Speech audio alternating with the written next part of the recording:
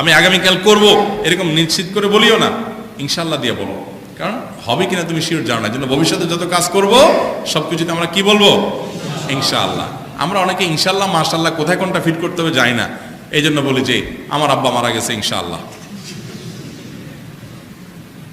আব্বা মারা গেছে এটা তো ইনশাআল্লাহ না, ইনশাআল্লাহ ভবিষ্যতে হবে।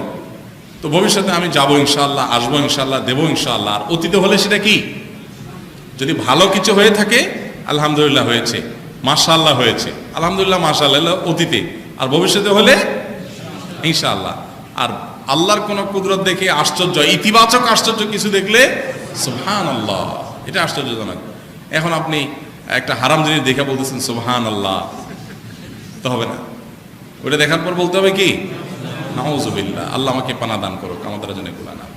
তো এগুলা জায়গা ও জায়গা ব্যবহার আমরা অনেক সময় জানি না, যার কারণে উল্টা পাল্টা ব্যবহার করে বসে থাকি। আমি যখন